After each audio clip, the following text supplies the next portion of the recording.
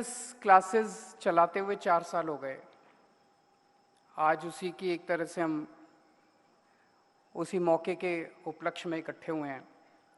जैसे मनीष जी ने बताया कि हमारी जो दिल्ली के अंदर शिक्षा क्रांति की जो यात्रा है, उसके मोटे मोटे तौर पे 3 चरण हैं। शुरू में जब हमारी सरकार बनी थी, जैसे पूरे देश भर में है, सरकारी स्कूलों का बहुत बुरा हाल था, इंफ्रास्ट्रक्चर भी नहीं था, पढ़ाई का माहौल भी नहीं था, रिजल्ट भी नहीं आते थे। मेरे को अभी भी याद है एक सरकारी स्कूल के बच्चे, छोटे बच्चे का एक वाक्या, जब उससे पूछा गया कि बच्चे तो देश का भविष्य होते हैं, तो उसने कहा जी वो तो प्राइवेट स्कूल वाले बच्चे होते हैं, हम तो सरकारी स्कूल में पढ़ते हैं, हम देश का भविष्य नहीं है। ये बड़ा मार्मिक सेंटेंस था। और उसी बच्चे का 5 साल के बाद स्टेटमेंट हमने देखा, जब वो बच्चा कह रहा था कि अब हम भी इस देश का भविष्य हैं, सरकारी स्कूल के बच्चे भी इस देश का भविष्य हैं। तो सबसे पहले हम लोगों ने अपनी यात्रा में इंफ्रास्ट्रक्चर को ठीक किया। बिल्डिंग्स टूटी हुई थी, टॉयलेट्स नहीं थे, पीने का पानी नहीं था, सफाई नहीं थी, सिक्योरिटी नहीं थी, कुछ नहीं था। बिल्डिंग्स अच्छी बनाई, सिक्योरिटी ठीक की, पीने का पानी का इंतजाम किया, टॉयलेट्स का इंतजाम किया। जो भी मनीष जी ने कहा, जब से हमारी सरकार बनी है लगभग 25% दिल्ली सरकार का बजट हम शिक्षा पे खर्च कर रहे हैं। अगर आप देखें 7 साल में ये 25% बजट को अगर टोटल करें तो अभी तक हम दिल्ली में शिक्षा व्यवस्था के ऊपर 90,000 करोड़ रुपया खर्च कर चुके हैं। ये 90,000 करोड़ रुपया खर्चा नहीं है, ये बहुत बड़ी इन्वेस्टमेंट है। सबसे पहले हमने इंफ्रास्ट्रक्चर को ठीक किया। उसके बाद हुआ कि अंत पंत में एक माँ बाप अपने बच्चे को भेजते क्यों है स्कूल? वो भेजते हैं नंबर अच्छे आने चाहिए, नंबर अच्छे आएंगे तो आगे कहीं नौकरी मिल जाएगी। अगर हमने स्कूल भी अच्छा कर दिया, टीचर वो भी अच्छा कर दिया, इंतजाम भी कर दिया, नंबर अच्छे नहीं आएंगे तो क्या फ़ायदा? तो फिर उसके ऊपर भी काम हुआ, टीचर्स को मोटिवेट किया, टीचर्स को ट्रेनिंग की, हेडमास्टर्स की ट्रेनिंग की, मोटिवेशन किया, नंबर भी अच्छे आने लगे। आज दिल्ली सरकार के स्कूलों के पिछले साल 99.7% नतीजे आए 12वीं क्लास के अंदर, जो कि इतिहास है देश के अंदर। तो जब नंबर अच्छे आने लगे तो लोगों को लगा हाँ यार, क्योंकि बिल्डिंग ठीक करना तो बड़ा आसान है, पैसे खर्च दो, ठेकेदार को बुला लो, बिल्डिंग ठीक कर देगा। जब नंबर अच्छे आने लगे और प्राइवेट स्कूलों से ज़्यादा नंबर आने लगे तो लोगों को लगा ठीक है। तब हमें लगा कि अब हमें ये देखना चाहिए कि पढ़ा क्या रहे हैं स्कूलों के अंदर। ये रट्टेबाजी जो चल रही है, रट लो और फिर एग्ज़ाम में उल्टी करके आ जाओ सारा, इससे तो क्या फ़ायदा है? टेंशन ही टेंशन, टेंशन टेंशन। इस सिस्टम को बदलना है, तो ये रट्टा सिस्टम ख़त्म करना है। हमें जितने भी बच्चे निकल रहे हैं उनको 3 चीज़ों के लिए तैयार करना है। अच्छा इंसान बनाना है। आज हमारे जो बच्चे स्कूलों से निकलते हैं वो इतनी टेंशन में जीते हैं। तो पहली चीज़ अच्छा इंसान बनाना है, अपना भी शांति रखनी है और दूसरों के लिए भी काम करना है, निस्वार्थ भाव से काम करना है। दूसरा, कट्टर देशभक्त होना चाहिए। जो बच्चा स्कूल से निकले वो अपनी मातृभूमि के लिए तन मन धन सब कुछ न्योछावर करने के लिए तैयार होना चाहिए। और तीसरा, शिक्षा पूरी करने के बाद बच्चा अपना पेट पालने के लिए तो कम से कम तैयार होना चाहिए। ऐसा नहीं कि बीए कर ली, एमए कर ली, एलएलबी कर ली, एलएलएम कर ली, बड़ी बड़ी डिग्रियां ले ली, डॉक्टरेट भी कर लिया और उसके बाद नौकरी ढूंढ रहे हैं, नौकरी मिल ही नहीं रही, घर में सब नाराज हैं, दुखी हैं। तो बच्चा ऐसी शिक्षा देनी चाहिए कि उसके बाद बच्चा शिक्षा करने के बाद निकले तो इन तीनों चीज़ों को ध्यान में रखते हुए फिर हमने कई सारे कोर्सेज डिज़ाइन किए और उसमें एक कोर्स था हैप्पीनेस करिकुलम, कि हम हर बच्चे को, निकलने वाले बच्चे को अच्छा इंसान बनाएंगे। और आज इस कोर्स की वजह से हजारों जिंदगियां बदल रही हैं।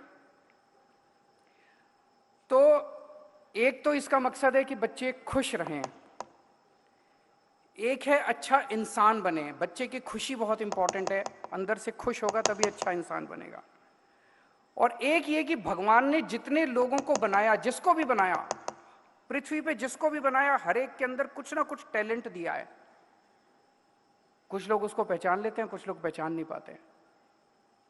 हर इंसान को, इस पृथ्वी पे आने वाले हर इंसान का कुछ ना कुछ तो मकसद है। हाँ सॉरी, वो मैं ज्यादा उत्तेजना में हिल रहा हूं तो माइक भी हिल रहा है। Thank you. सो हर इंसान को भगवान ने कुछ ना कुछ टैलेंट देके भेजा है। मुझे लगता है जब मेडिटेशन करते हैं बच्चे, हैप्पीनेस क्लासेस में जाते हैं, तो उनको उनका टैलेंट पहचानने में मदद मिलती है। जैसे मैं कई सारे बच्चों के पढ़ रहा था। एक बच्चा है तुशांत, 6ठी क्लास में है, 11 साल का बच्चा है। उसके दोनों पेरेंट्स वर्किंग है। उसके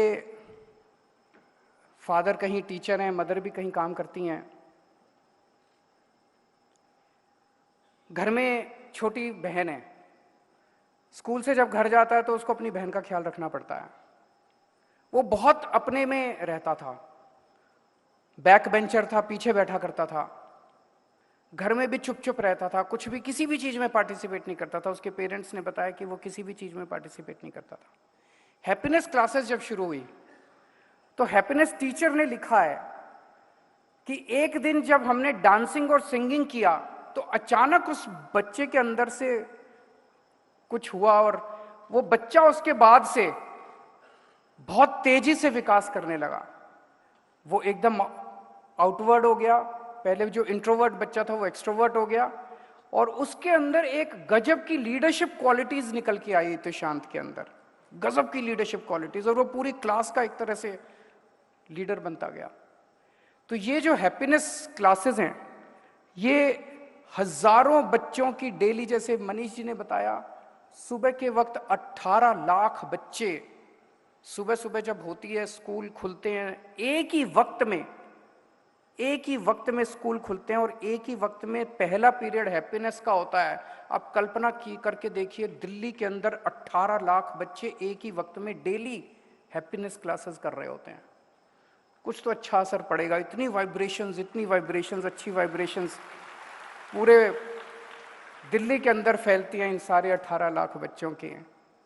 इन सभी 18 लाख बच्चों की जिंदगी में कुछ ना कुछ असर कर रही है ये हैप्पीनेस क्लास। किसी का कम करती है, किसी का ज्यादा करती है, किसी को ज्यादा फायदा होता है, किसी को कम फायदा होता है। आज एक बच्चे के ऊपर इतना ज्यादा प्रेशर है, खासकर एकेडमिक प्रेशर इतना है, इतनी कंपटीशन हो गया। माँ बाप का प्रेशर है, नंबर नहीं आते, फेल हो जाता है, कम नंबर आते हैं, देख उसके बच्चे का तो, पड़ोसी के बच्चे के तो इतने नंबर आ गए, तेरे तो कुछ नहीं, तू तो निकम्मा है, पता नहीं कैसे है। इतना प्रेशर होता है, एकेडमिक प्रेशर। कितने बच्चे सुसाइड कर लेते हैं। ये हैप्पीनेस क्लास से उससे एक और हमने जो एंटरप्रेन्योरशिप क्लासेस की हैं उसका भी बहुत अच्छा असर हो रहा है ये एकेडमिक प्रेशर खत्म करने में। पहले बच्चे बड़े टेंशन में होते थे, नंबर अच्छे नहीं आए तो नौकरी नहीं मिलेगी, अच्छे कोर्स में एडमिट नहीं होंगे, कहीं कॉलेज में एडमिशन नहीं मिलेगा। अब मैंने कई बच्चों के वीडियो देखे हैं जिसमें बच्चे कहते हैं जी नंबर नहीं भी आए तो कोई बात नहीं, अपना बिजनेस कर लूंगा मैं। वो एंटरप्रेन्योरशिप क्लासेस के जरिए जो कॉन्फिडेंस आ रहा है बच्चों के कि नंबर अच्छे नहीं भी आए तो कोई बात नहीं, मैं अपना बिजनेस, वो भी एक कॉन्फिडेंस दे रहा है बच्चों को। तो एकेडमिक प्रेशर हैप्पीनेस क्लासेस और एंटरप्रेन्योरशिप क्लासेस की वजह से काफी कम होता जा रहा है। पीयर प्रेशर बहुत होता है बच्चों पर कि ये वाला बच्चा क्या सोच रहा है मेरे बारे में, ये मेरे दोस्त मेरे बारे में क्या सोच रहे हैं। वो पीयर प्रेशर कई बार इतना ज्यादा हो जाता है कि कई बच्चे उस वजह से सुसाइड कर लेते हैं। और तीसरा फैमिली का प्रेशर होता है। बहुत सारे बच्चे जिस बैकग्राउंड से आते हैं उस बैकग्राउंड, एक और मेरे पास मैं आज देख रहा था, उपेक्षा एक लड़की है, 13 साल की बच्ची है, 8वीं क्लास में पढ़ती है। उसके पिताजी प्लम्बर का काम करते हैं। उसकी माँ बहुत बीमार रहती है। 5 भाई बहन हैं। सारे घर का काम करने की जिम्मेदारी उपेक्षा की है। सारे घर का काम करके आती है, फिर स्कूल आती है, फिर घर जाके फिर सारे घर का काम करती है। माँ का भी ख्याल रखना पड़ता है, सारे बहन भाइयों का भी ख्याल रखना पड़ता है। ऐसे बैकग्राउंड से हमारे बच्चे आते हैं इन स्कूलों के अंदर। इतनी टेंशन होती है फैमिली की। इन सारी टेंशन्स को दूर करने में ये हैप्पीनेस क्लासेस मदद कर रही हैं। जो हम पूरे देश में देख रहे हैं कि जगह जगह सुइसाइड्स हो रहे हैं, मैं भगवान का शुक्रगुजार हूँ कि दिल्ली के अंदर भी इस किस्म का हमने कोई वाक्य नहीं सुना। और मैं इसका बहुत बड़ा श्रेय इन हैप्पीनेस क्लासेस को देता हूँ कि बच्चे मानसिक रूप से संतुलन है।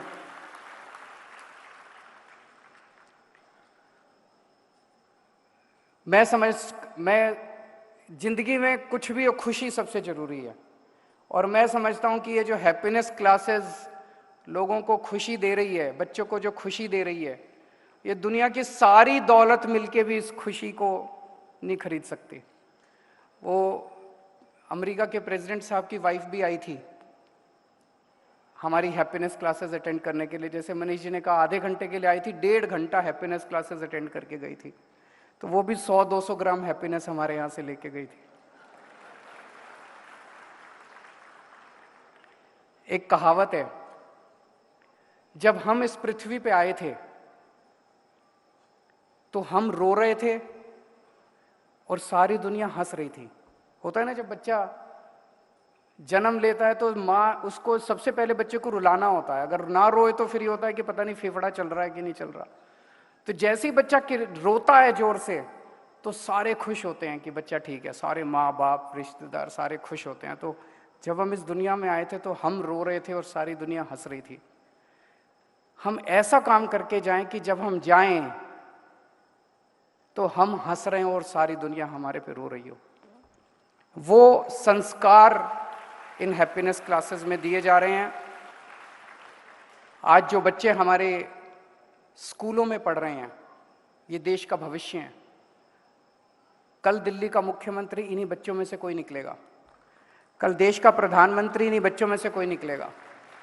कल मंत्री, डॉक्टर, इंजीनियर इन्हीं बच्चों में से निकलेंगे। इन्हीं को देश को संभालना है। और हम ऐसे बच्चे तैयार करना चाहते हैं जो आने वाले समय में देश में नफरत नहीं, प्यार और मोहब्बत का पैगाम फैलाएं। जो आने वाले समय में एक अच्छा वातावरण दें ताकि हमारा देश दुनिया का नंबर 1 देश बन सके। बहुत